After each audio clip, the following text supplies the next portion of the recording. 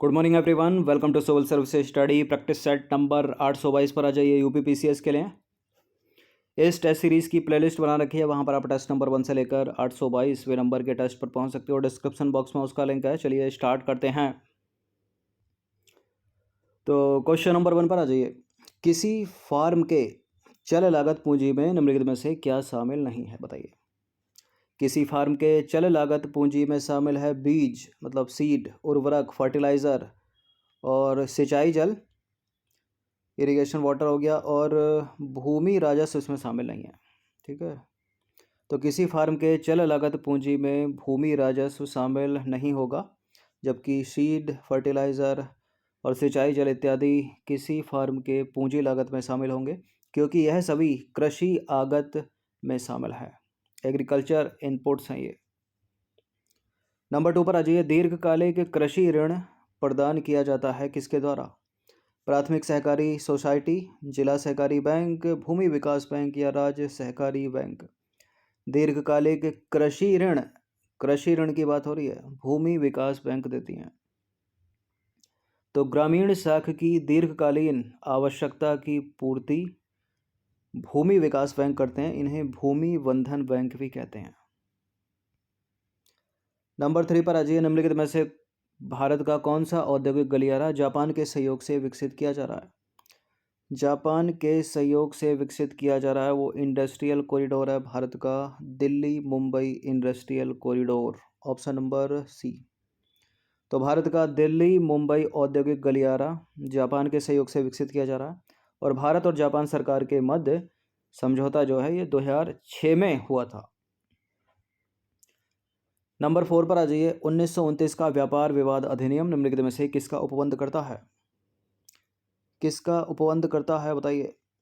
उद्योगों के प्रबंधन में कामगारों की भागीदारी, या औद्योगिक झगड़ों के दमन के लिए प्रबंधन के पास मनमानी करने की शक्ति, या व्यापार विवाद की स्थिति में ब्रिटिश न्यायालय द्वारा हस्तक्षेप, या अधिकरणों की प्रणाली तथा हड़तालों पर रोक। 1929 का व्यापार विवाद अधिनियम, अधिकरणों की प्रणाली तथा हड़तालों पर रोक।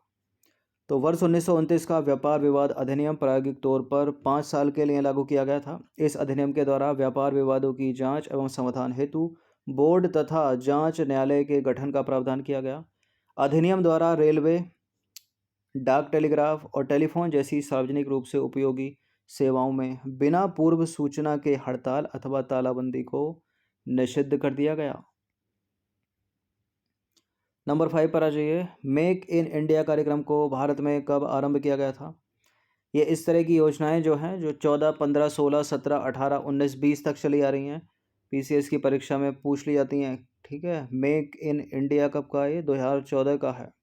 ठीक है, 2014 में भी सितंबर 2014। और नीति आयोग 1 जनवरी 2015।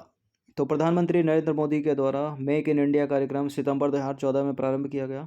इस कार्यक्रम का उद्देश्य है भारत को एक प्रमुख निवेश गंतव्य तथा विनिर्माण, डिजाइन एवं नवाचार के वैश्विक केंद्र के रूप में प्रचारित करना। उपभोक्ता औद्योगिक उपभोक्ता मूल्य सूचकांक का आधार वर्ष वर्तमान में क्या है, बताइए। 2016, 14, 11 या इनमें से कोई नहीं, कुछ और। औद्योगिक उपभोक्ता मूल्य सूचकांक का आधार वर्ष है वर्ष 2016, याद रखिए सीधे सीधे। नंबर 7 पर आ जाइए। स्पेशल इकोनॉमिक जोन की नीति देश में पहली बार कब आरंभ की गई थी? स्पेशल इकोनॉमिक जोन की नीति देश में पहली बार आरंभ की गई थी सन 2000 में। तो भारत सरकार ने अप्रैल 2000 में विशेष आर्थिक क्षेत्र की नीति की घोषणा की। यह एक शुल्क मुक्त आर्थिक क्षेत्र है, जहां व्यापार संचालन तथा शुल्क एवं तटकर से काफ़ी छूट प्राप्त होती है। भारत सरकार द्वारा विशेष आर्थिक क्षेत्र अधिनियम वर्ष 2005 में पारित किया गया, जो फरवरी 2006 से प्रभावी है। क्वेश्चन नंबर 8 पर आ जाइए। नेपानगर जिस उद्योग के लिए जाना जाता है वह है, बताइए। ये इसका नहीं था फोटो, ये तो किसी और का था, इसमें कैसे आ गया? चलिए, नेपानगर एक अखबारी कागज का कारखाना है मध्य प्रदेश में। ठीक है, तो बड़े आकार का कागज अथवा अर्थात यानी अखबारी कागज का उत्पादन सबसे अधिक Bharat national news print and paper mills limited Nepanagar में किया जाता है। नेपानगर जो है वो मध्य प्रदेश में स्थित है। क्वेश्चन नंबर 9 पर आ जाइए। चुक्कीमाटा चिलिका निम्नलिखित में से किस खनिज के लिए विश्व प्रसिद्ध है? चांदी या तांबा? बताइए। तांबे के लिए, कॉपर। तो चुक्कीमाटा चिली का तांबा खनिज के लिए विश्व प्रसिद्ध है, मैच करने के लिए पूछ लेता है। 10वां प्रश्न है, निम्नलिखित में से कौन सा एक सही सुमेलित नहीं है? रुर एक औद्योगिक क्षेत्र है जर्मनी का, पो घाटी इटली, कांटो मैदान जापान और दक्षिणी न्यू इंग्लैंड क्या यूनाइटेड किंगडम? दक्षिणी न्यू इंग्लैंड जो है वो है यूएसए में, ठीक है, यूनाइटेड किंगडम में नहीं है, तो गलत है दूसरा वाला स्टेटमेंट। तो रुर क्षेत्र जर्मनी का एक औद्योगिक क्षेत्र है, पो घाटी इटली में है, पो नदी इटली की एक महत्वपूर्ण नदी है, कांटो मैदान जो है जापान के सबसे बड़े द्वीप होंशु पर स्थित है, और दक्षिणी न्यू इंग्लैंड यूएसए का एक भौगोलिक क्षेत्र है, ना कि यूनाइटेड किंगडम का। क्वेश्चन नंबर 11 पर आ जाइए। रोजगार की दृष्टि से उत्तर प्रदेश का सबसे बड़ा उद्योग है, यहाँ की क्लिप आर्ट थी वो। रोजगार की दृष्टि से उत्तर प्रदेश का सबसे बड़ा उद्योग है, सूती मिल लगा दें या हथकरघा? हथकरघा, बी। तो रोजगार की दृष्टि से उत्तर प्रदेश का सबसे बड़ा उद्योग है हथकरघा, ठीक है, हथकरघा। 12वां प्रश्न है, औद्योगिक विकास की दृष्टि से उत्तर प्रदेश का कौन सा क्षेत्र सर्वाधिक विकसित हुआ है? बताइए। कौन सा क्षेत्र है यूपी का जो सर्वाधिक विकसित हुआ है? ये ईस्ट, वेस्ट, नॉर्थ या साउथ? बताइए। पश्चिमी, पूर्वी, मध्य या बुंदेलखंड? ये वाला पार्ट जो है पश्चिमी उत्तर प्रदेश। तो औद्योगिक विकास की दृष्टि से उत्तर प्रदेश का पश्चिमी क्षेत्र सर्वाधिक विकसित है। क्वेश्चन नंबर 13 पर आ जाइए। उत्तर प्रदेश में लघु एवं मध्यम उपक्रमों को जिनके द्वारा दीर्घकालीन ऋण उपलब्ध कराया जाता है वह है? उत्तर प्रदेश लघु उद्योग निगम, उत्तर प्रदेश औद्योगिक विकास निगम, उत्तर प्रदेश वित्त निगम या उपरोक्त सभी? उत्तर प्रदेश में लघु एवं मध्यम उपक्रम दोनों की बात हो रही है, ठीक है, और दीर्घकालिक ऋण, ठीक है, तो उत्तर प्रदेश लघु उद्योग निगम भी देता है, उत्तर प्रदेश औद्योगिक विकास निगम भी और उत्तर प्रदेश वित्त निगम भी, सभी हो जाएगा इसका आंसर डी। तो उत्तर प्रदेश की अर्थव्यवस्था में लघु उद्योगों का विशिष्ट स्थान है। लघु एवं मध्यम उद्योग कम लागत से रोजगार के अधिक अवसर उपलब्ध कराते हैं। उत्तर प्रदेश में लघु एवं मध्यम उपक्रमों को जिनके द्वारा दीर्घकालीन ऋण उपलब्ध कराया जाता है निम्न है: उत्तर प्रदेश लघु उद्योग निगम, उत्तर प्रदेश औद्योगिक विकास निगम, उत्तर प्रदेश वित्त निगम।